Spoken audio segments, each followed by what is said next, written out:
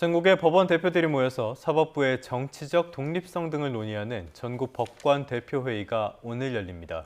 내란 우두머리 혐의를 받는 윤석열 전 대통령의 5차 공판도 진행되는데요. 대선 전 마지막 재판에서 직접 입장을 밝힐지도 관심입니다. 임주혜 변호사와 함께 자세한 내용 짚어보겠습니다. 어서 오십시오. 네, 안녕하세요. 제가 전국 법관 대표회의라고 문을 열면서 말씀을 드렸는데 사실 저를 포함해서 많은 분들이 이게 대체 뭐 하는 곳이냐 잘 모를 것 같아요. 이게 뭡니까?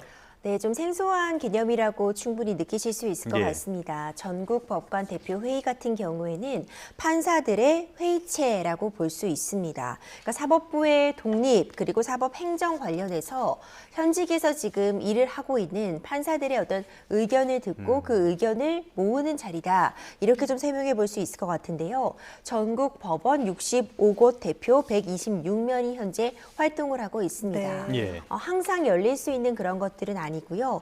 이 5분의 1 이상이 이 회의를 열어달라 이렇게 개의를 요구했을 때 개최가 가능한 사안이고 2003년 8월 대법관 제청 관행이 문제가 되었던 때에 처음으로 소집이 됐던 상황이었습니다. 그리고 2018년 4월에 양승태 전 대법원장의 판사 블랙리스트 작성이 문제가 되면서 관련해서 이제 상설화되어서 운영이 되고 있는 것으로 알려져 있습니다. 네. 그러면 이렇게 100명이 넘는 법관들이 모여서 대체 어떤 이야기를 나눌지 짚어보기 이전에 대체 이 회의가 왜 열렸는지 좀 살펴봐야 될 것 같아요. 이번에 열리는 건 임시회의입니다. 그러니까 정기적으로 소집이 되는 그 일자가 아님에도 불구하고 5분의 1 이상의 개최를 요구했기 때문에 열리는 것인데 처음에 그 요구의 시작이 있었던 것은 지금 현재 이재명 후보의 그 대법원에서 공직선거법 위반 관련해서 유죄 취지 파기환송심이 시작이 되었습니다. 네. 해당 대법원의 파기환송 결정이 이전과 다르게 좀 빠르게 신속하게 진행된 부분과 관련해서 특히 대선 이전에 이 부분이 선고가 된 여러 가지 상황들을 맞물려서 어떤 법관의 정치 개입이 있었던 것 아니냐 이런 부분들에 대한 답변이 필요하다는 취지였습니다. 하지만 이 해당 내용이 정식으로 안건으로 채택된 것은 아니고요. 이 판사협의체가 운영이 필요한 것 아니냐 임시회의 개최가 필요한 것은 아니냐라는 논의의 시작이 된 것은 맞지만 해당 내용이 오늘 개최될 이 법관 대표 회의에서 안건으로 상정된 것은 아닙니다. 알겠습니다. 여러 안건들, 특히 이번에는 2가지 안건이 상정이 됐다고 하는데 저희가 그래픽을 준비를 했는데요.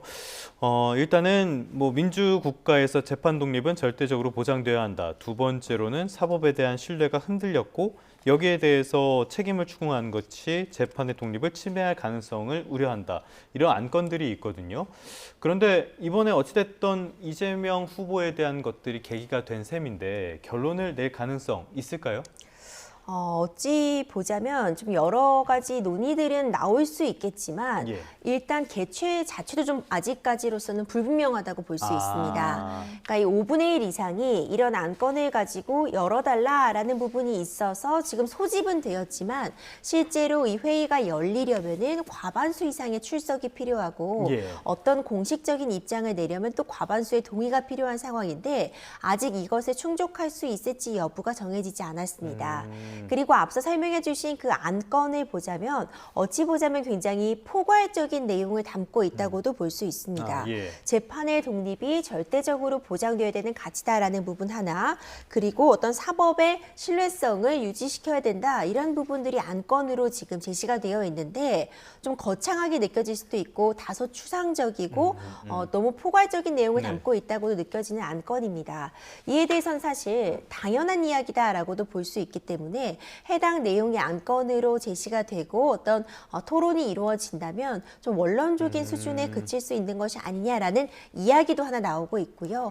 한 가지 더 덧붙여서는 지금 대선이 얼마 남지 않은 시점이기 때문에 섣불리 사법부가 어떤 입장을 표명하는 것이 적정하지 않다는 의견도 지금 나오고 있습니다.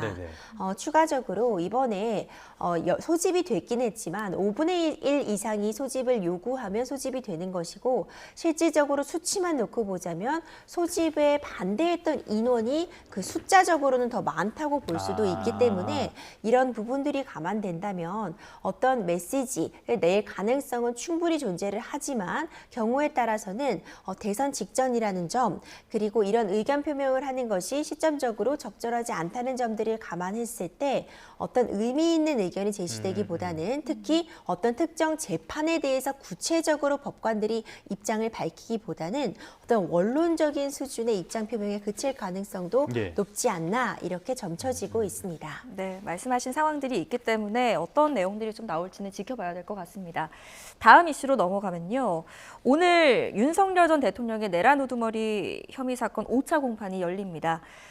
경찰이 계엄 사태 이후 처음으로 윤 전 대통령 비화폰 서버 기록을 확보했는데 검찰도 이걸 이제 확보하려고 노력 중이라면서요. 그렇습니다. 당초에 이 내란죄에 대한 수사가 진행될 당시에는 이 비화폰과 관련된 이 서버를 확보하지 못했었습니다. 당시에도 이 비화폰 서버 확보를 위해서 압수 영장도 이제 청구를 하고 여러 가지 단계들을 거쳤지만 당시에 형사소송법 110조, 111조, 그러니까 군사상 기밀이나 공무상 기밀에 해당하는 장소를 압수수색할 때는 이 담당자의 승인이 있어야 되는데 당시에 이 경호처에서 이런 부분에 대해서 협조가 없어서 결국 압수를 하지 못했습니다. 네. 하지만 이후에 경찰에서 해당 서버를 압수해서 확보를 할 수 있었는데 이 당시에도 물리적인 압수를 통해 받은 것이 아니라 경호처에서 임의 제출 방식으로 경찰에서는 확보가 됐습니다. 네. 당시에 문제가 됐던 혐의는 지금 수사가 진행 중인 것처럼 이 영장이 집행될 당시에 경호처에서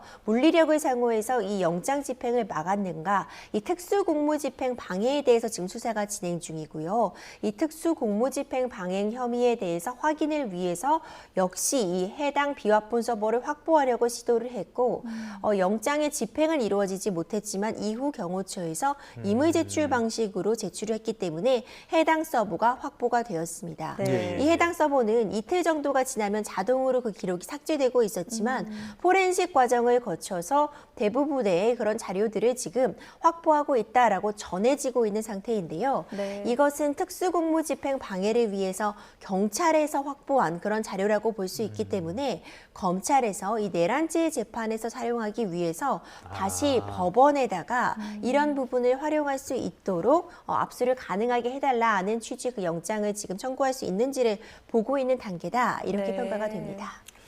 알겠습니다. 굉장히 중요한 기록이라고 볼 수가 있겠는데 비화폰 서버 이거를 확보를 한 게 윤 전 대통령 혐의를 입증하는데 결정적인 증거가 된다고 보십니까?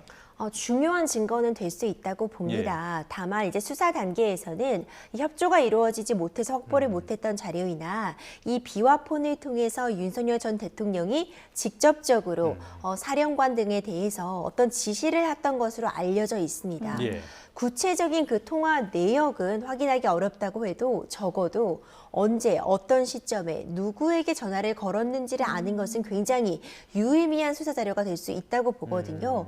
그렇기 때문에 당초에도 검찰에서도 이 비화폰 서버를 확보하기 위해 총력을 기울였으나 불발이 됐던 상황이고요.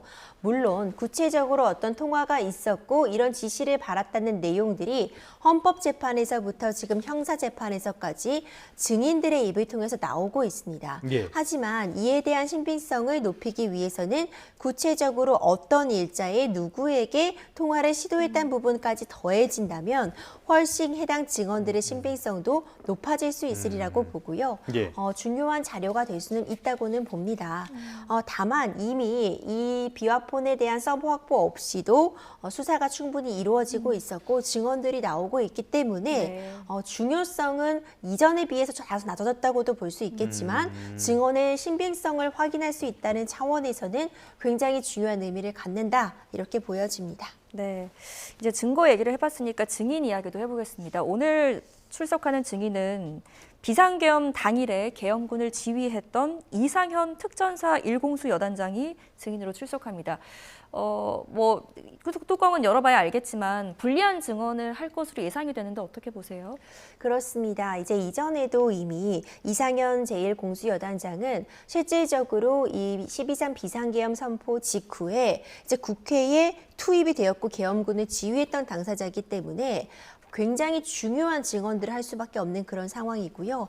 이전에 이미 윤석열 전 대통령에게 불리할 수 있는 그런 내용들, 어떤 계엄군을 투입을 해서 국회의원들을 끌어내라 봉쇄에 대한 지시가 있었다는 취지의 그런 발언들이 있었기 때문에 중요한 의미를 가진다고 보여집니다. 예. 만약 오늘 진행될 이 5차 공판에서도 이와 유사한 취지, 실질적으로 계엄군이 국회의원들을 끌어내려는 그런 시도가 있었고 국회에 대한 봉쇄가 있었다라는 부분의 증언이 네. 이어진다면 윤석열 전 대통령 입장에서는 이 부분은 다소 불리할 수 있는 그런 증언들이 나온 것이다라고 보여지고요. 유사한 그런 내용을 증언하고 있는 증인들의 신빙성은 더 높아질 수 있는 그런 상황이기 때문에 굉장히 중요한 의미를 가진다라고 보여집니다. 알겠습니다. 이번 공판에서 윤 전 대통령 첫 번째 공판 이후로는 직접 발언을 좀 삼가하고 있는데 어떤 이야기를 할지 이런 것도 조금 지켜볼 관전 포인트가 아닌가 싶고요. 끝으로 이 내용 좀 살펴보도록 하겠습니다. 최근에 흉기 난동 사건이 왜 이렇게 잦나라는 생각도 들어요. 굉장히 많은 사건들이 벌어지고 있는데 경찰관들이 흉기에 찔리는 이런 사고까지 있었습니다. 그런데 안전장구를 착용하지 않은 상태여서 지휘부가 책임을 돌리는 듯한 발언이 나왔다. 이건 또 어떤 얘기입니까? 굉장히 우려스러운 상황입니다. 최근 들어서 사실 흉기 난동 사건 심심치 않게 듣고 있는데요.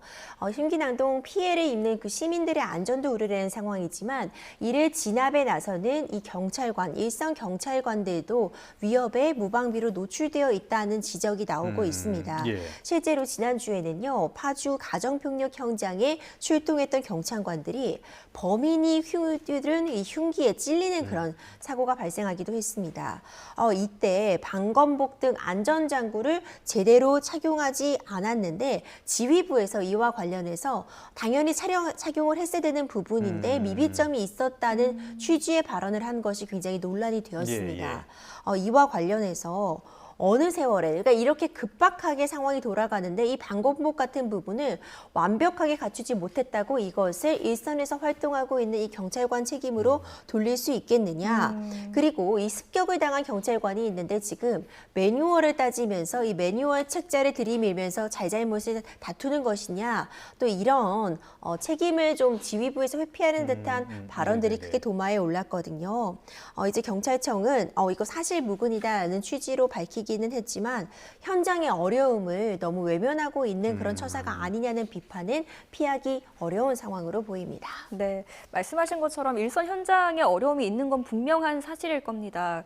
목숨을 위협받는 상황에서도 물리력을 행사하기가 부담되는 상황인데 이게 제도적으로 또 법적으로 개선되기가 어려운 이유는 뭡니까? 그렇죠. 특히 미국 같은 곳과 비교해 봤을 때 한국에서는 이제 경찰관들이 어떤 대응을 할 때 무력을 사용하는 것이 좀 제한되어 있다고 보여집니다. 물론 물리력이라는 것은 굉장히 파급력이 큰 그런 상황이기 때문에 제한적으로 최소한도로 사용하는 것이 맞겠지만요. 적어도 상대방이 어떤 흉기로서 위협을 할 때 일선에서 활동하고 있는 경찰관들이 이 흉기에 제대로 대응하지 못한다면 시민들의 안전도 답보할 수 없습니다. 네. 이런 부분들은 제대로 매뉴얼이라던가 아니면 가이드라인들을 통해서 어떤 무력에 대해서는 대응을 하기 위해서 적절한 수준으로는 물리력을 사용하고 이 물리력을 사용했을 때 이후에 어떤 책임도 묻지 않을 수 있는 그런 대책들이 좀 마련될 필요성이 있지 않을까 강력하게 좀 생각이 드는 상황입니다. 말씀해 주신 것처럼 물리력 사용이 너무 과하다면 그거는 굉장한 문제가 되겠지만은 최소한의 물리력 사용도 지금으로서는 꺼려지는 이런 문제점은 개선할 필요성은 분명히 있어 보입니다. 지금까지 임주혜 변호사와 함께 다양한 내용들 짚어봤습니다. 오늘 말씀 고맙습니다.